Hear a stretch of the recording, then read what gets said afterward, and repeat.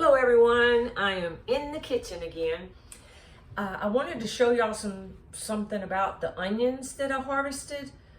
I'm fixing to cook, but the main reason why I'm doing it is to show you about these onions. They've only been harvested maybe a couple of weeks, so they haven't had time to dry. It could take 4 to 6 weeks for these to dry completely so that you can store them. But you can still eat them fresh. I could have eaten them straight out of the garden, okay? But I did let them dry a little bit. And as you can see, the skins start to get dry and papery. And when they're completely cured, this whole stem, this whole neck will be dry. And you can just twist it off and store them, just like you would onions from the grocery store. But since I need these tonight, I'm making white beans. I needed to go ahead and cut up these onions.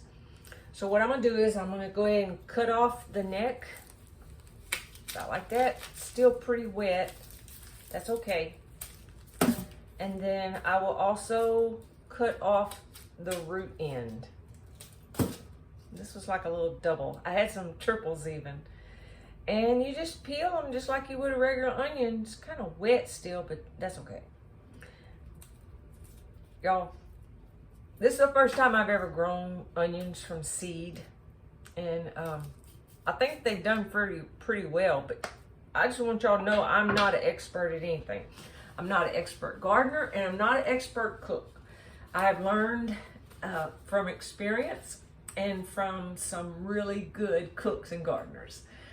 I grew up in the garden with my daddy and my grandfather, and they taught me how to grow things. And then I also was in the kitchen with my grandmother and my mother, and they taught me how to process the produce and make jelly, and they also taught me how to cook. When I moved to South Louisiana, I married my husband, Claude. He's from Houma. We had a little garden in our backyard. That was my first personal garden that I had. And we lived next door to my mother-in-law.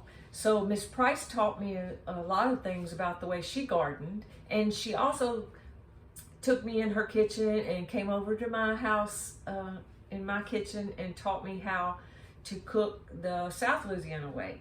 Because growing up in Shreveport, we ate a lot of potatoes and vegetables and meats, you know, roast and chickens. We grew up on a farm, so we had our own beef and chickens and pigs and all that.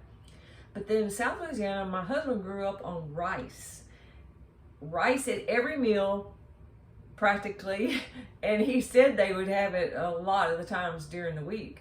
And he also had gumbos and stews and jambalayas and all that good Cajun food and seafood, which we hardly ever had seafood unless we went to the farmer's market and maybe we'd get some shrimp, and my mother would make a gumbo like her sister-in-law taught her, which was nothing like South Louisiana, but she was from Lake Charles. But anyway, the point is I learned from some really good people.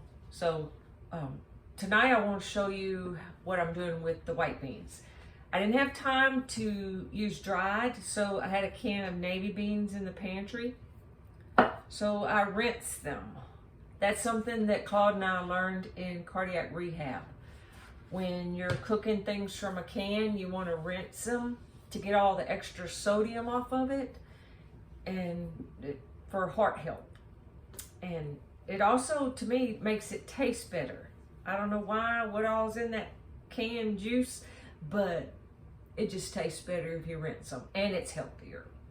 So what I'll do is I'll mince my onions really fine. I added about a tablespoon of garlic, minced kind of fine, and it's from the garden. I had just had it in the freezer. You can freeze garlic. You can freeze the cloves, or you can mince it up and freeze it. That way you can just dip in the bag and take out what you need to cook. So I don't use bacon grease anymore because of the heart healthiness, and I use olive oil. So I put about a tablespoon of olive oil in there, and I will saute the onions and the garlic. until they're tender and brown slightly. You just want to kind of caramelize them. It just brings out better flavor. Add your white beans and about a cup of water, because the beans are already done. You don't really need a lot of water. You're just wanting to mingle all the seasonings together with the beans.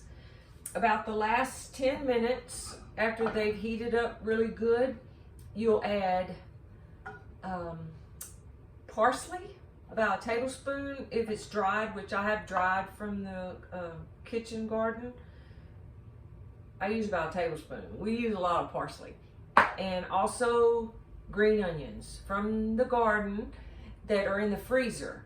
And I never measured them. Miss Price would always tell me just to reach my hand in there and get about a handful of the frozen or onion tops. She's the one that taught me that, because that's another thing they do in South Louisiana. They cook with the onions and garlic and parsley and green onions, some celery and bell pepper sometimes, but mainly you want to have that onion and garlic and green onions and parsley. Okay? So, and y'all, it tastes almost just as good as making them from scratch. So that's all I wanted to share with you today. And I hope you learned something. And until next time, God bless y'all. Bye-bye.